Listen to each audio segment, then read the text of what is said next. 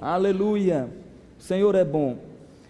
Glória a Deus. Então, queridos, eu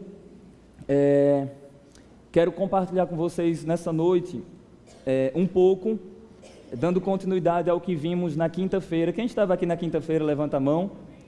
Quem não esteve aqui, procure depois escutar a ministração com o pessoal lá da mídia. Nós falamos sobre a condição dos mortos, o que acontece com todos os homens, crentes e ímpios, após a morte, o que acontecia com as pessoas no Antigo Testamento, o que acontece hoje no Novo Testamento, e se tem consciência ou se não tem, se está dormindo ou se está acordado, o espírito e a alma, se vai estar com o Senhor ou se vai ficar na sepultura. Nós aprendemos todas essas verdades, amém, queridos? E eu quero adiantar algo para vocês. O crente hoje, quando ele morre, ele já vai instantaneamente habitar com o Senhor. Paulo disse que isso era incomparavelmente melhor. Amém? Então nós temos uma esperança, glória a Deus. Se nós partirmos, nós iremos habitar com o Senhor. Agora, não faça a oração suicida. Senhor, me leva. Não faça essa oração, porque o Senhor quer você vivo para ganhar mais almas, para alcançar mais pessoas. Amém? Tem crente que quando descobre isso, ele fica orando para morrer. Então não ore para morrer. Paulo disse assim: se eu ficar no corpo, eu vou ser mais útil à igreja de Filipos. Amém? Ele ia ser mais produtivo. Então Deus quer você vivo para você alcançar mais pessoas. Amém? Mas fica tranquilo, se você morrer, já vai habitar com o Senhor. Hoje, queridos, eu quero compartilhar um pouco com vocês sobre o arrebatamento da igreja. Amém? Diga comigo, o arrebatamento da igreja. Aleluia, essa é a nossa bendita esperança, queridos. Nós temos esperança pelo dia do nosso encontro com o Senhor, pelo dia do arrebatamento da igreja do Senhor Jesus, amém? Antes de te mostrar algum texto na palavra do Senhor que fala sobre o tema, eu quero falar para você um pouco, queridos, sobre algumas consequências bíblicas por se estudar a escatologia. Ou seja, o que você ganha quando você estuda o tema do tempo do fim. Quando você estuda a escatologia, o que nós ganhamos. Bom, no meu livro eu compartilho 7 consequências, mas eu quero compartilhar apenas 3 com vocês nessa noite, amém? Nós veremos o que nós ganhamos quando estudamos um pouco sobre escatologia, amém, queridos? Bom, a primeira coisa eu coloquei aqui, o estudo da escatologia incentiva o nosso serviço na obra do Senhor. Mas Saulo, eu pensei que escatologia estava só associada a coisas do fim, que não tinha nada que conectava com a vida presente. Pois é, a escatologia, se ela não tiver um aspecto prático, não foi uma escatologia bíblica. Amém? Porque a escatologia bíblica deve afetar, atingir as nossas vidas na presente era, com a expectativa da vida futura. Então, o estudo de escatologia incentiva o nosso serviço na obra do Senhor. Bom, nós temos referências bíblicas que comprovam isso. Não precisa você abrir, queridos, é só uma citação, mas lá em 1 Coríntios 15, 58, 1 Coríntios 15, 58, a palavra do Senhor diz que sede firmes e sempre abundantes na obra do Senhor, sabendo que no Senhor o vosso trabalho não é em vão. Se o seu trabalho no Senhor não é em vão, é porque existe uma recompensa. Amém? Aí você conecta 1 Coríntios 15, 58 com Apocalipse 22, verso 12. Você conecta 1 Coríntios 15, 58 com Apocalipse, capítulo 22, verso 12. E o que é que diz Apocalipse 22, verso 12? Eis que cedo venho, e comigo está o galardão, a recompensa, para dar a cada um segundo as suas obras. Aleluia! Então, o estudo de escatologia deve incentivar o nosso serviço na obra do Senhor. Diz as Escrituras, queridos, que um copo de água fria dado a um profeta é digno de galardão de profeta. Diz a palavra do Senhor, queridos, que o Senhor há de recompensar aquilo que nós estamos fazendo na obra do Senhor. Amém, queridos? Então, vocês que estão servindo aqui na mídia, o pessoal do diaconato, o pessoal que está trabalhando com as crianças, todos, os músicos, todos, existe uma recompensa para vocês. Existe uma recompensa para o pastor local, existe uma recompensa para aqueles que estão servindo com fidelidade na obra do Senhor, queridos. Amém? Então, a escatologia incentiva o nosso serviço na obra do Senhor. Segunda verdade, ou consequência, que nós recebemos por se estudar a escatologia. A profecia, ela consola e transmite esperança para nós que somos filhos da luz. A profecia consola e transmite esperança para nós que somos filhos da luz. Sabe, queridos, existe algo que tem me incomodado muito quando eu tenho ouvido algumas pessoas falar sobre escatologia.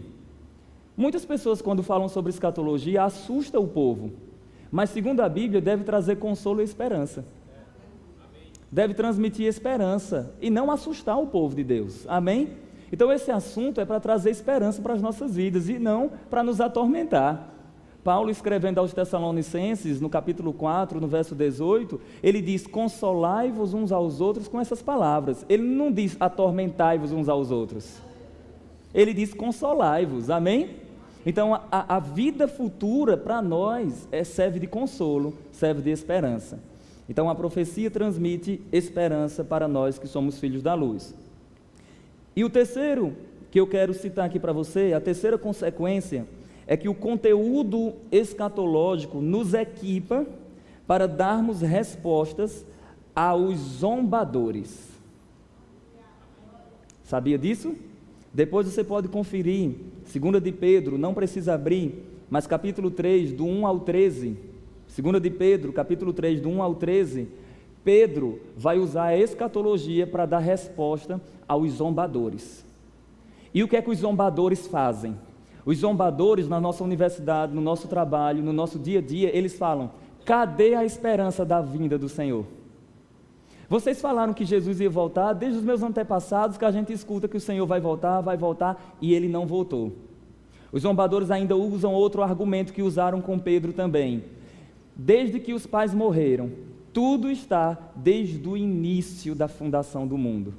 Os zombadores usam argumentos bons, dizendo assim: cadê? Nada mudou. Cadê a promessa da vinda do Senhor que ia trazer destruição, ia criar um novo céu e uma nova terra? Cadê a promessa da vinda do Senhor? Os zombadores falam como se não houvesse um dia que o Senhor planejou para executar juízo. E Pedro usa a escatologia para responder os zombadores. Pedro usa 3 argumentos. Pedro diz: olha, não é verdade que o mundo está desde o início da mesma forma. Não. Pedro diz: saiba de uma coisa, houve um tempo que já existiu céus e terra, e o Senhor destruiu pelas águas do dilúvio. Aleluia! Olha o argumento fascinante de Pedro. Pedro está dizendo assim: não, isso é mentira, já houve uma mudança sim na terra. Aleluia, aleluia. Segundo argumento de Pedro: vocês estão achando que está demorando a vinda do Senhor? Saiba de uma coisa, que um dia para o Senhor é como 1000 anos, e 1000 anos é como um dia. Deus, no tempo dele, Ele sabe o momento certo que Ele vai retornar, que Cristo vai retornar, e que todos os eventos escatológicos vão acontecer, mas Ele está dando tempo para que mais pessoas sejam alcançadas. Terceiro argumento de Pedro. Pedro diz: olha, saiba de uma coisa, os céus e a terra que agora existem estão entesourados para o fogo, os elementos derreterão, e o Senhor criará um novo céu e uma nova terra, os quais habitam a justiça. Aleluia. Então o conteúdo do tempo do fim responde os zombadores. Aleluia, aleluia, oh glória. Deus é bom, queridos, em todo tempo, o tempo todo, amém? Eu tenho outras consequências aqui que eu poderia compartilhar com vocês, mas para a gente ganhar tempo, vamos falar sobre o tema arrebatamento da igreja. Se você puder, por favor, abra sua Bíblia em 1 Tessalonicenses, no capítulo 4. Aleluia! 1 Tessalonicenses, capítulo 4, eu quero ler do verso 16 ao 17, verso 16 e 17. Aleluia! 1 Tessalonicenses, capítulo 4, verso 16 ao 17. Diz a palavra do Senhor: porquanto o Senhor mesmo, dada a sua palavra de ordem, ou o Senhor descerá dos céus com grande alarido. Aí o texto diz: ouvida a voz do arcanjo, e ressoada a trombeta de Deus, descerá dos céus, e os mortos em Cristo, ressuscitarão primeiro. 1 Tessalonicenses 4, 17 agora. Depois nós, os vivos, os que ficarmos, seremos arrebatados juntamente com eles entre as nuvens para o encontro do Senhor nos ares. E assim estaremos para sempre com o Senhor. Oh, aleluia! Aleluia! Queridos, antes de eu te explicar um pouco sobre esse texto, você precisa ter em mente duas coisas. O arrebatamento da igreja é diferente da segunda vinda após a tribulação. Quais as diferenças que nós podemos pontuar?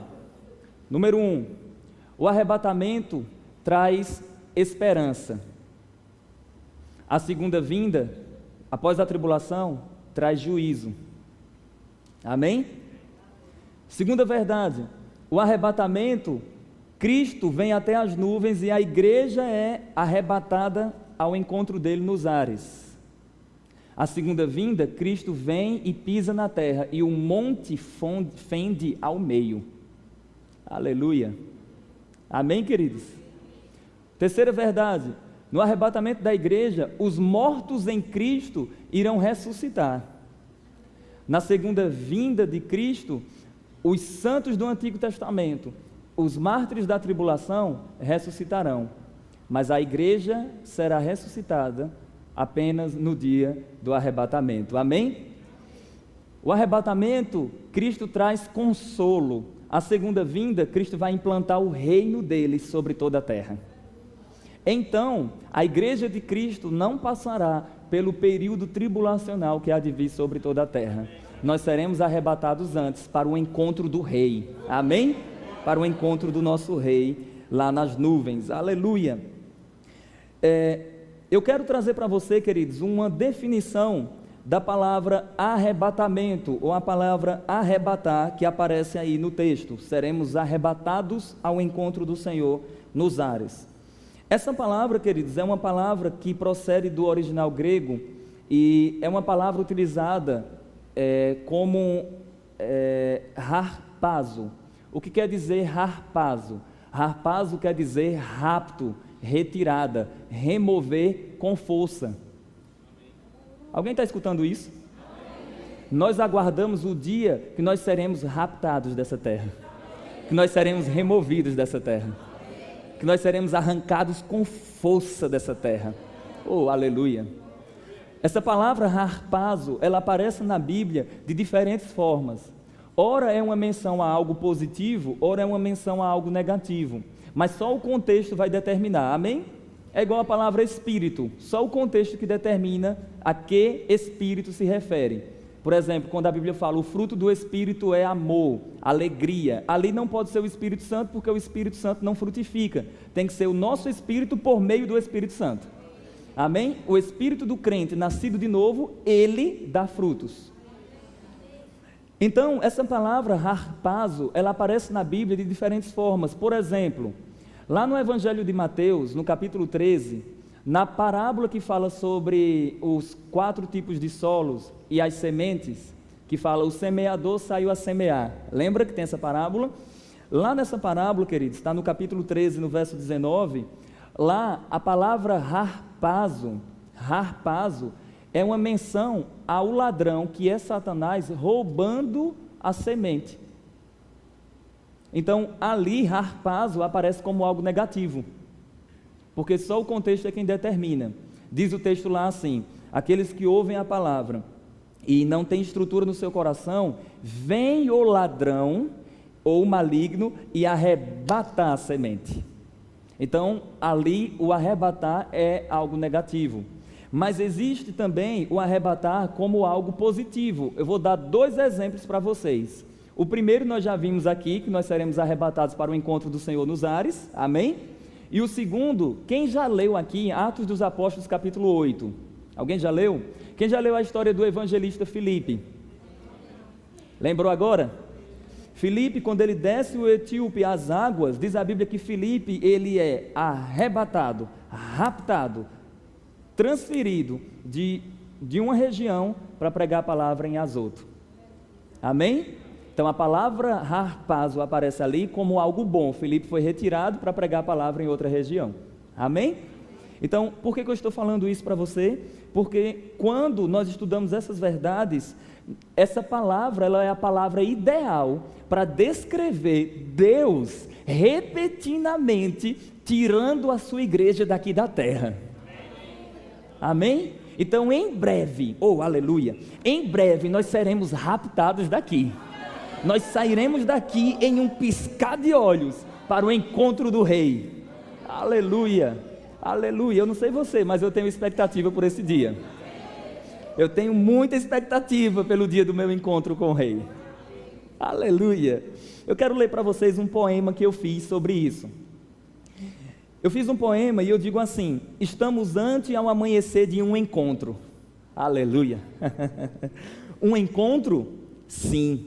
Um encontro de amor e de esperança. O local eu sei. Com quem também sei. Mas quando? Não sei. Pode ser hoje. Por que não agora? Maranata, que venha o meu Rei. Nós temos um encontro marcado. O local, nas nuvens. Com quem? Com o Rei da Glória. Quando? Não sei. Pode ser hoje. Pode ser agora. Diga Maranata.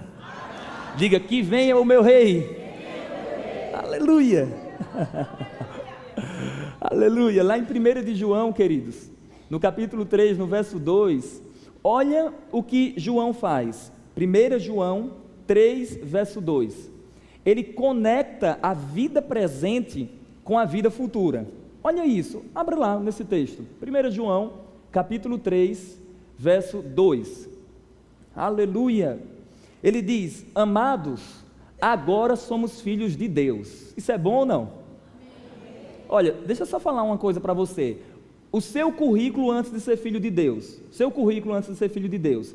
Seu currículo. O meu currículo antes de ser filho. Inimigos, pecadores, distantes de Deus, filhos das trevas. Aleluia. Ímpios, desobedientes. Esse era o nosso currículo. Mas depois que o Senhor Jesus derramou o seu sangue lá na cruz, e após ele ressuscitar, e nós recebemos a vida de Deus no nosso coração, nosso currículo mudou. Agora nós somos os santos, os eleitos, os irmãos, os filhos, os da fé, os mais que vencedores, novas criaturas, amados de Deus, mais que vencedores, igreja, noiva, aleluia, eleitos de Deus, co-herdeiros com Cristo Jesus, os da fé, os irmãos, aleluia! O seu currículo mudou. Hoje você tem cerca de 34 qualificações. Aleluia. Diga comigo, eu sou filho da luz. É glorioso demais ser filho de Deus. E fala sério, queridos. Na nossa condição que nós vivíamos, ser filho de Deus é uma honra. É uma honra. Aí você pensa que está satisfeito com isso, né? Aí Pedro diz assim: olha, agora somos filhos de Deus, mas ainda não se manifestou que haveremos de ser. Meu Deus. Pedro está dizendo assim, João está dizendo assim, 1 João 3,12, ele está dizendo assim, 3,2, ele está dizendo assim: se agora é glorioso, imagina como será futuramente. Amados, agora somos filhos de Deus, mas ainda não é manifestado o que havemos de ser. Mas sabemos que quando Ele se manifestar, seremos semelhantes a Ele, porque assim como Ele é, o veremos. Aleluia, aleluia. Agora é glorioso demais, mas isso não se compara ao que seremos. Isso não pode ser comparado àquilo que o Senhor tem para as nossas vidas. Oh, glória a Deus, aleluia, aleluia, aleluia. Volta lá para 1 Tessalonicenses, capítulo 4, aleluia, verso 16 e 17. E nesses 2 versículos, com citação de outros, nós iremos dar continuidade à nossa compreensão. Aleluia! Queridos, se tem uma bendita esperança, que é o dia do nosso encontro com o Senhor, o dia que nós iremos contemplar a face do nosso Rei, se existe uma bendita esperança, nós temos que aprender o que vai acontecer no dia do arrebatamento. Eu ouvi já várias pessoas falando sobre o arrebatamento, mas poucas pessoas investiram tempo para esmiuçar o que vai acontecer no dia do arrebatamento. Eu investi 34 páginas só para falar sobre o que vai acontecer no dia do arrebatamento. E eu quero compartilhar algumas coisas com vocês, amém? Ô Saulo, se eu quiser mais, você vai se matricular no Rema e fazer a matéria escatologia. Amém? Você vai se... O que é o Rema? É uma escola que vai mudar a sua vida. Amém? Você vai ficar 2 anos estudando a palavra do Senhor. Aleluia! Então, 1 Tessalonicenses capítulo 4, versos 16 e 17, diz a palavra do Senhor: porquanto o Senhor mesmo, dada a sua palavra de ordem, ouvida a voz do arcanjo e ressoada a trombeta de Deus, descerá dos céus, e os mortos em Cristo ressuscitarão primeiro. Ele continua: depois nós, os vivos, os que ficarmos, seremos arrebatados juntamente com eles entre as nuvens ao encontro do Senhor nos ares, e assim estaremos para sempre com o Senhor. O que é que eu quero pontuar aqui para vocês, queridos?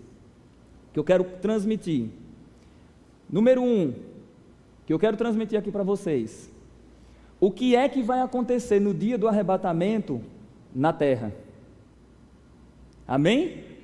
Nós veremos o que vai acontecer na terra e o que vai acontecer nos ares. O que vai acontecer na terra e o que vai acontecer nos ares. Aleluia! O que vai acontecer na terra, segundo a Bíblia, os mortos em Cristo ressuscitarão primeiro. Se alguém morreu crente, vai ressuscitar. Aleluia! Vai ressuscitar. Então, os mortos em Cristo ressuscitarão primeiro. Segunda verdade que acontecerá na terra: os vivos, nós, amém? Se Paulo se incluiu no grupo dos vivos, eu vou me incluir também, amém? Nós, os vivos que ficarmos, ô Saulo, o que é que vai acontecer se eu não ressuscitei porque estava vivo? O que é que vai acontecer? Bom, segundo a Bíblia, segundo 1 Coríntios 15, 51 e 52, você vai ser transformado. Aleluia! Transformado em quê? Transformado com um corpo glorificado. Esse corpo, essa tenda, esse corpo é uma tenda, amém? O meu é uma tenda magra, aleluia. Essa tenda será revestida com a habitação de natureza celestial. Aleluia! Será um corpo semelhante ao do Senhor Jesus Cristo. A palavra do Senhor diz que nos aguarda um corpo semelhante ao do Senhor Jesus. Lá em Filipenses, no capítulo 3, no verso 20, vai transmitir essa verdade, que nós aguardamos o Senhor, que transformará o nosso corpo mortal semelhante ao corpo da sua glória. Aleluia, aleluia. Terceira verdade que acontecerá aqui na terra. Número 1, os mortos em Cristo ressuscitarão primeiro. Número 2, os vivos que pertencem a Cristo serão transformados. Atenção, só ressuscita no arrebatamento os mortos em Cristo. Não vão ser todas as pessoas, não. Apenas os mortos em Cristo, apenas quem pertence ao Senhor. E os vivos que pertencem ao Senhor serão transformados. E o terceiro ponto é: juntos, subiremos ao encontro do Senhor. Meu Deus do céu! Vai ser um evento glorioso, amém? O que acontecerá agora nos céus, Saulo? O que acontecerá nos céus? Na terra você já viu, mas o que acontecerá nos céus? O Senhor Jesus descerá dos céus até as nuvens. Oh, aleluia! Jesus desce até as nuvens. Aleluia! A palavra do Senhor diz que ele desce, o Senhor Jesus descerá dos céus. E nós encontramos 3 sinais sonoros. Número 1, uma voz de comando do Senhor. Número 2, um brado do arcanjo. Número 3, o ressoar da trombeta de Deus. 3 sinais sonoros. Meu Deus, meu Deus, meu Deus. Saulo, você pode descrever um pouco o que seria um brado de comando do Senhor, ou uma voz como alarido? Você pode descrever? Posso. Jesus falou certa vez que os que dormem no pó da terra, um dia, ouvirão a sua voz e ressuscitarão. É provável que o Senhor Jesus simplesmente dê um grande brado chamando você. Assim como ele fez com Lázaro. Lázaro, vem! No dia do arrebatamento haverá um brado do Senhor dizendo, talvez, venham! A voz do Senhor ressuscita mortos. A voz do Senhor é tão gloriosa, segura isso que eu vou te falar, a voz do Senhor Jesus é tão gloriosa que mesmo quando ele estava na cruz, diz a Bíblia que ele deu um grande brado. E sabe quais os efeitos desse grande brado? Um soldado lhe reconhece como filho de Deus, a terra treme, as sepulturas se abrem, o véu do templo rasgou-se de alto a baixo. Na morte, imagina o Cristo glorificado. Posso dar alguns detalhes sobre a voz dele? Sim ou não? João em Apocalipse, quando viu ele, quando testemunhou o Senhor Jesus Cristo, João diz assim, a sua voz é como o estrondo de muitas águas. Oh Jesus, meu Deus, João estava em Patmos, uma ilha grega, cercado com as águas frias do mar Egeu. Ele testemunhava as águas atingindo as rochas vulcânicas de Patmos. Aí João diz assim, a voz dele era como um estrondo de muitas águas. Outrora João havia testemunhado a voz do Senhor sendo impedida por causa dos sofrimentos da sua cruz. João outrora testemunhara o Cristo dizendo, tenho sede. Outrora João tinha visualizado o Cristo dizendo assim, Deus meu, por que me desamparastes? Mas em Apocalipse, João testemunhou Jesus de uma forma diferente. Ele testemunhou Jesus como aquele que disse assim, não tem a morte, não tem o inferno, eu tenho as chaves de lá. Eu sou aquele que estive morto, mas eis que vivo pelos séculos dos séculos. E tenho as chaves da morte e do Hades. Oh, aleluia. Oh, aleluia. Quer mais um pouco? A voz de Cristo é tão soberana e tão gloriosa que em Apocalipse 19, a voz dele é como uma espada afiada de 2 fios. Meu Deus do céu. Olha, no arrebatamento Jesus vai vir tirar a sua igreja da terra, é algo maravilhoso, mas na segunda vinda, eu gosto de pontuar a seguinte verdade, o leão vitorioso chegará com os exércitos celestiais, e o leão vem sentado no seu cavalo branco. Oh Jesus, na primeira vinda ele veio como servo sofredor, humilde, sentado no jumentinho. Eu gosto de dizer que na primeira vinda o cordeiro senta num jumento, na segunda vinda o leão senta num cavalo branco. Aleluia! Na segunda vinda ele vem com sua voz poderosa e diz a Bíblia, com o sopro da sua boca ele destruirá o iníquo e implantará o seu reino poderoso aqui na terra. Ah, como eu anseio o dia do governo do meu rei. Notinha de rodapé, vai ser o fim da corrupção. Vai ser o fim dos governos corruptos. Vai ser o fim da democracia. Quer dizer que não vai ter mais democracia? Não! Vai ter o que, Saulo? Uma monarquia teocrática. O que quer dizer isso? Um rei que é Deus, reinando sobre todos os povos. E um Deus que é rei, reinando sobre todos os povos. E nós seremos seus primeiros ministros.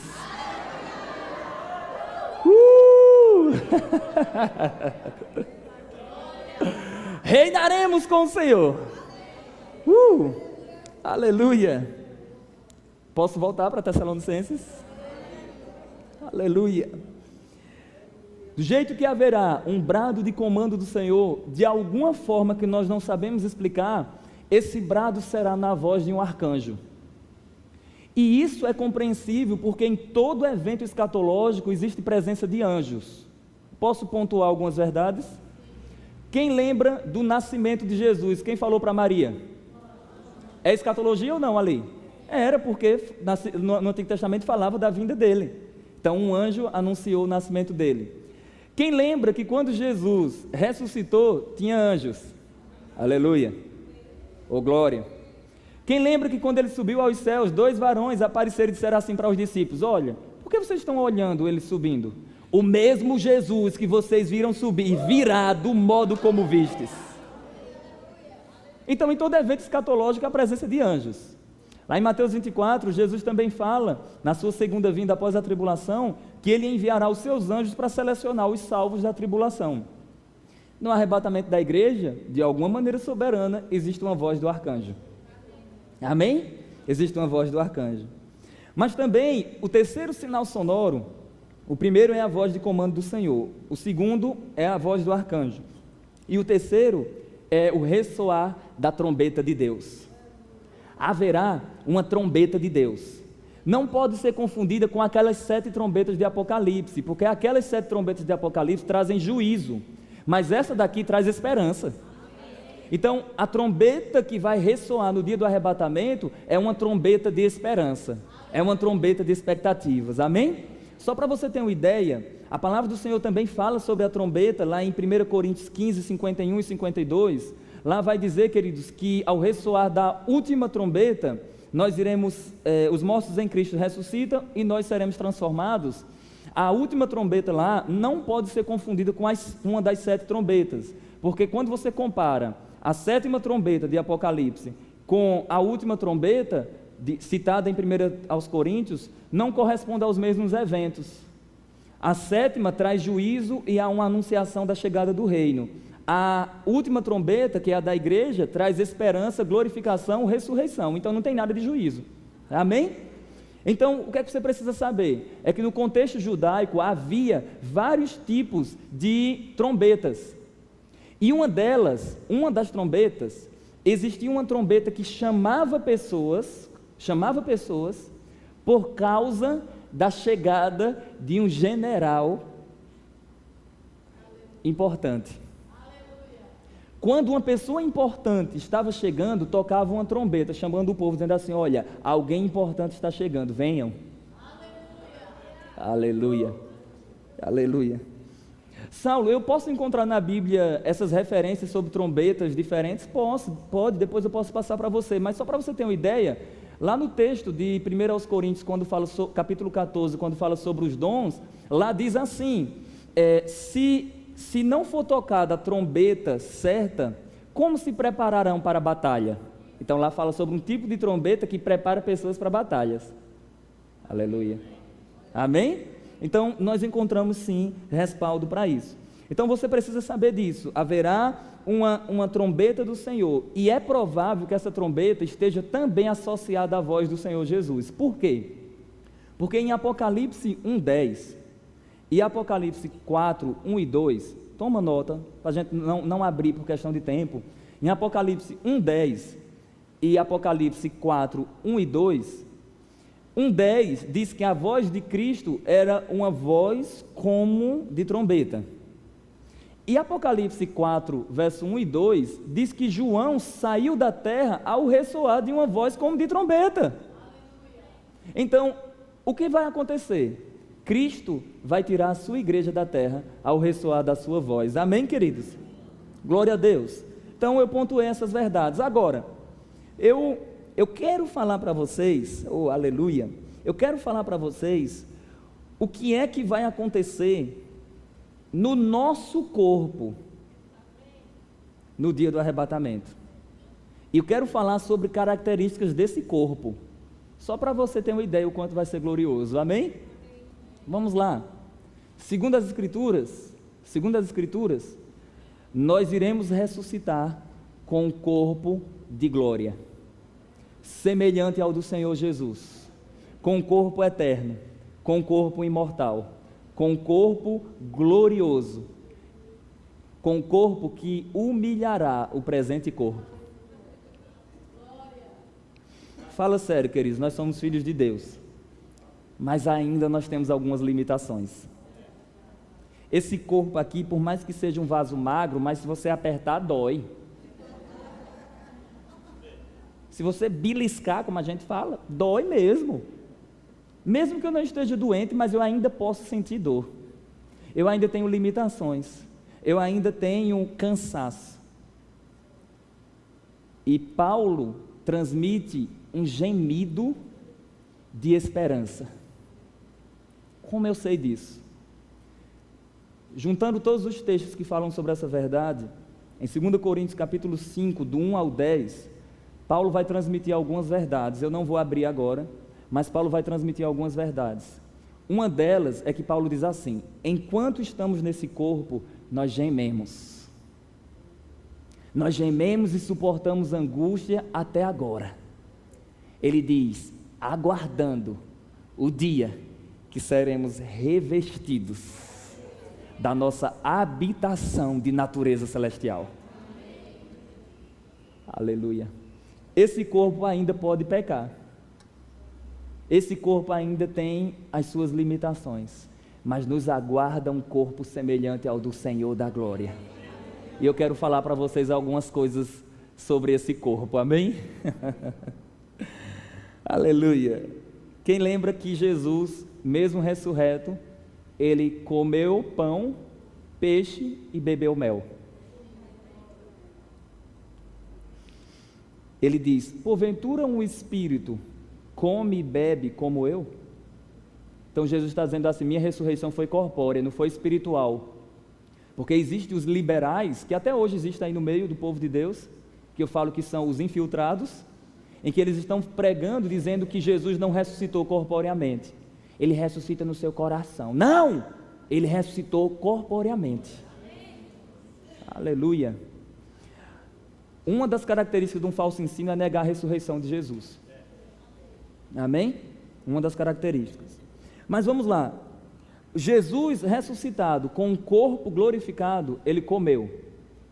Não é curioso que ele disse que nós iremos ceiar com ele? Mas aí vocês perguntam, mas espera aí, como eu vou comer? Quer dizer que vai ter fome? Eu devolvo. Jesus comeu porque tinha fome ou para provar que estava ressurreto? Para provar que estava ressurreto, amém? Ele diz, um espírito não tem carne e sangue, um espírito não tem carne como eu tenho, amém? Sangue ele verteu na cruz. Mas Jesus comeu para dar prova da sua ressurreição. Mas a palavra do Senhor fala, queridos, no Evangelho de Mateus, eu quero conferir com você esse texto, porque tem gente que não acredita, aleluia. Abra lá em Mateus 26. Eu quero falar para você que nós temos uma ceia agendada no reino. No reino. Aleluia. Nós temos uma ceia agendada no reino. Oh, glória a Deus. Mateus 26, 26 ao 30. Mateus 26, 26 ao 30. Olha o que diz. Isso aqui é a última ceia. Enquanto comiam, tomou Jesus um pão e abençoando-o partiu e o deu aos seus discípulos, dizendo, tomai, comei, isto é meu corpo. A seguir tomou um cálice e tendo dado graças, o deu aos seus discípulos, dizendo, bebei dele todos. Porque isto é o meu sangue, o sangue da nova aliança derramado em favor de muitos para a remissão de pecados. Atenção no 29 e no 30. Digo-vos que, desde esta hora em diante, não beberei deste fruto da videira, até que aquele dia em que o hei de beber novo convosco no reino de meu Pai. E tendo dito isto, cantaram um hino, e você vai ver que eles começaram a glorificar o Senhor. Então, peraí, existe uma ceia agendada? Sim. Deus agendou uma ceia, Cristo agendou uma ceia com você. Haverá um momento que Ele vai beber um vinho novo, e nós iremos beber com Ele no seu reino aqui na terra. Oh, glória a Deus! Ô Saulo, como será isso? Eu não sei te explicar os detalhes, eu só sei que vai ser glorioso. Só uma coisa você precisa saber, que comida na Bíblia nem sempre está associado, num contexto escatológico, nem sempre está associado à necessidade, mas sim à comunhão. Posso dar um exemplo? Atos 2,42 diz: e perseveravam na doutrina dos apóstolos, na comunhão, nas orações e no partir do pão. Então, no momento de comunhão, tinha o partir do pão. Amém? Então, nós temos uma ceia agendada com o Senhor. Aleluia! Ele vai vir e nós iremos ceiar com Ele. Lembra que Paulo, celebrando a ceia, falando sobre a ceia, ele diz assim: ceiem até que Ele venha. Porque quando Ele vier, a gente ceia com Ele. Aleluia! Aleluia! Eu teria vários textos, mas para a gente adiantar. O que eu quero compartilhar aqui ainda com vocês, queridos, é que nós receberemos um corpo ilimitado. Como assim um corpo ilimitado?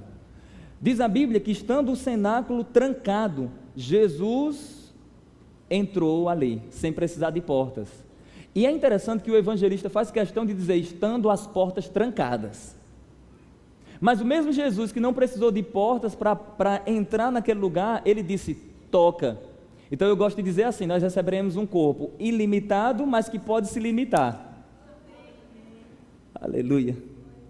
Amém. Aleluia. Jesus foi tocado, mesmo não precisando de portas para entrar naquele lugar. Quer outro exemplo?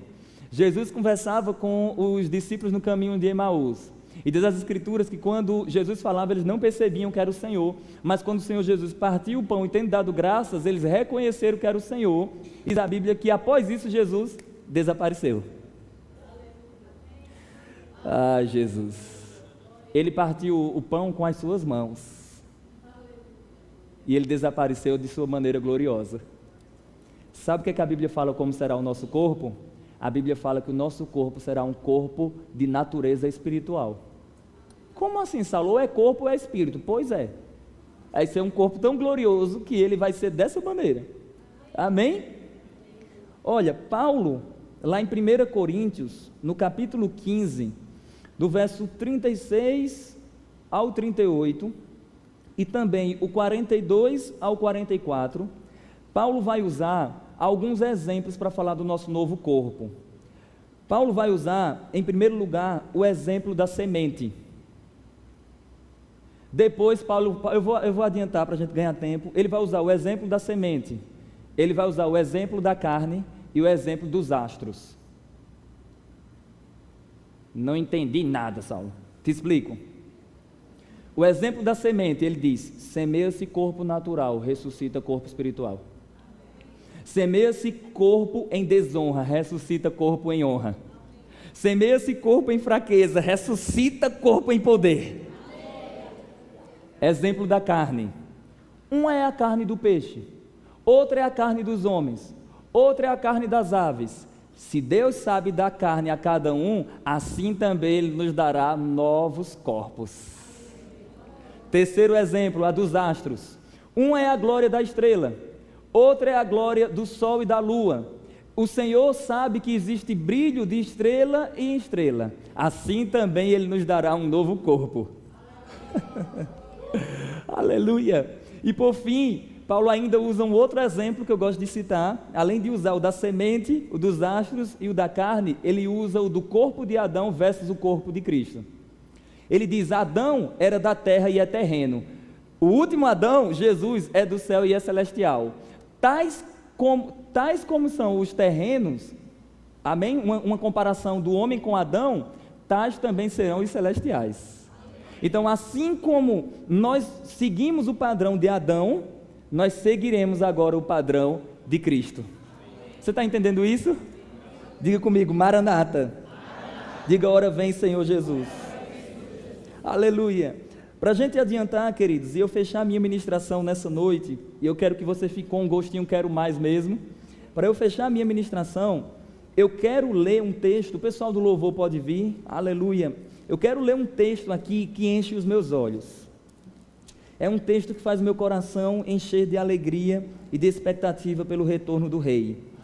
Aleluia. Eu quero fazer um breve comentário sobre esse texto, que é Apocalipse 22, verso 17. Vocês podem dedilhar algo. Apocalipse 22, verso 17. Aleluia. Esse texto aqui enche o meu coração de expectativas, queridos. Aleluia.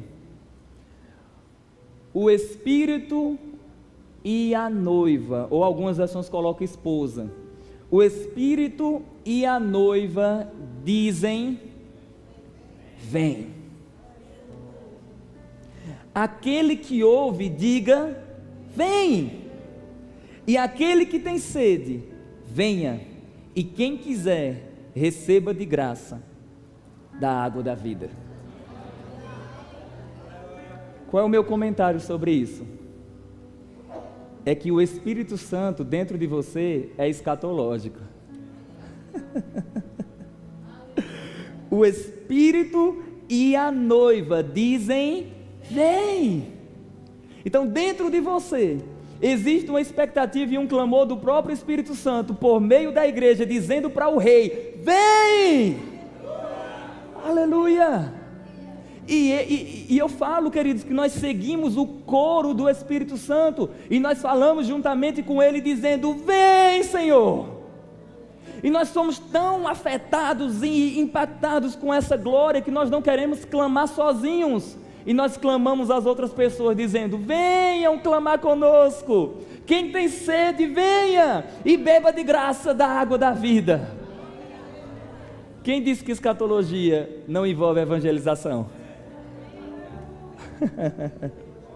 Aqueles que foram afetados e alcançados pela gloriosa esperança, eles querem alcançar outros, para que outros também clamem pelo retorno do Rei. Eu vou finalizar minha ministração lendo um poema que eu fiz, e eu quero compartilhar com vocês, queridos. Diga comigo: Maranata. Diga: ora vem, Senhor Jesus. Aleluia. Sabe, queridos, que o entendimento da escatologia tira você do materialismo, liberta você de uma vida imoral.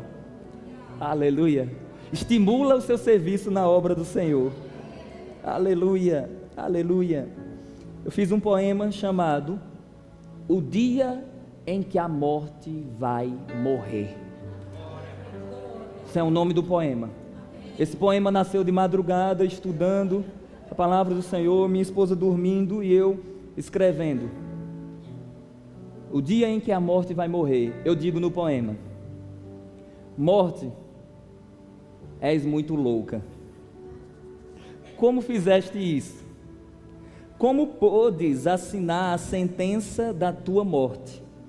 Tu pensavas mesmo que tinhas dado fim àquele que disse: minha vida ninguém a rouba de mim, eu a dou e a trago de volta. Como louca, caístes no encanto de matar. Morte, teu veneno te matará. De fato, zombarei de ti para sempre. Que ausência de inteligência foi essa? Façamos assim, revelar-te-ei algo que já deves saber: morrerás. Tenho que dar-te uma notícia: não há arrependimento para ti. Eu sugiro: conforma-te e morra sem paz. Na verdade, naquele dia que pensastes ter dado fim ao autor da vida, sim, naquele dia fostes condenada à pena de morte, e agora estás caminhando nos frios corredores da tua própria morte. Morte, estás aí? Vou contar-te uma história. Era uma vez alguém que pensava ser indestrutível, e por muitos anos matou e causou tristeza em grandes, pequenos, reis e autoridades. Vivia como se a eternidade lhe a definisse. e por muito tempo conheceu e matou muita gente preciosa e outras nem tanto. Mas como não era eterna, começou a definhar com a morte de alguém que não ficou na morte. Que ironia! Quando imaginaria que seria sua própria vítima? Mas olha que loucura! Com a morte do rei selastes a tua morte. Morte! É de ti mesmo que eu estou falando. Talvez você ainda possa me dizer: eu ainda posso matar-te, seu zombador de morte. Responderei eu: é verdade. Talvez possas me colocar para dormir, mas em pouco tempo eu acordarei e não dormirei mais, e zombarei de ti pelos séculos dos séculos. Morte, escute isso: tu morrerás. Aleluia! Sabe o que Paulo diz? Tragada será a morte pela vitória. Tragada será a morte pela vitória. A morte tem um destino: morrer morrendo, sem morrer eternamente. Não entendi, Saulo. Apocalipse diz que a morte será lançada no lago de fogo e enxofre, e sofrerá eternamente pelos séculos dos séculos. Escuta essa frase: a morte da morte não será a sua inexistência, mas sim a sua ineficiência em matar. A morte não mais nos matará.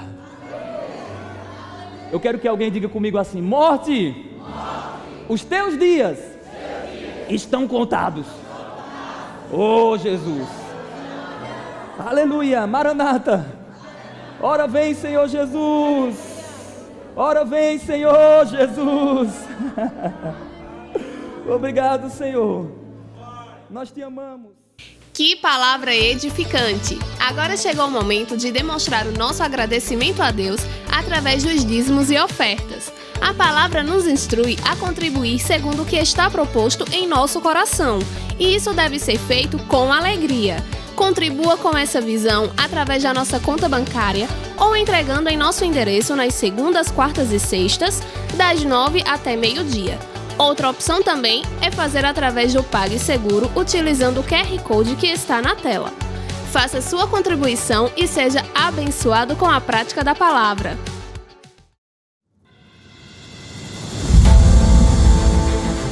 Rema. A palavra de Deus falada. A palavra de Deus em você, na sua boca, no seu coração, no seu dia a dia. Esse foi o objetivo do reverendo Kenneth Hagin ao fundar o Centro de Treinamento Bíblico Rema nos Estados Unidos em 1974. Ensinar as verdades bíblicas de uma forma prática para que sejam aplicadas diariamente em todas as áreas da nossa vida. Conhecer a verdade liberta. Praticar a verdade transforma. E essa palavra já transformou mais de 60 mil graduados do Rema em mais de 50 nações. Vidas que agora transformam outras vidas. No Brasil, a instituição foi fundada pelos missionários Bud e Jen Wright. Após serem graduados na escola em 1983, obedeceram ao chamado de Deus. Vá para o Brasil e leve minha palavra para libertar o meu povo. Assim eles cumpriram fielmente. Só aqui temos quase 40 mil dos graduados das mais de 130 unidades em todas as regiões do Brasil. Destas, 13 funcionam dentro de presídios brasileiros, sendo luz nas trevas, mudando a história e auxiliando poderosamente na ressocialização de muitos. O Rema é uma escola para cristãos de todas as denominações, ajudando-os a serem uma bênção ainda maior para a sua igreja e o seu pastor. O curso tem duração de 2 anos, com aulas 3 vezes na semana. É um tempo inesquecível de preparação e de crescimento espiritual. Essa é a nossa história e pode ser a sua também. Acesse rema.org.br e encontre o Rema mais perto de você.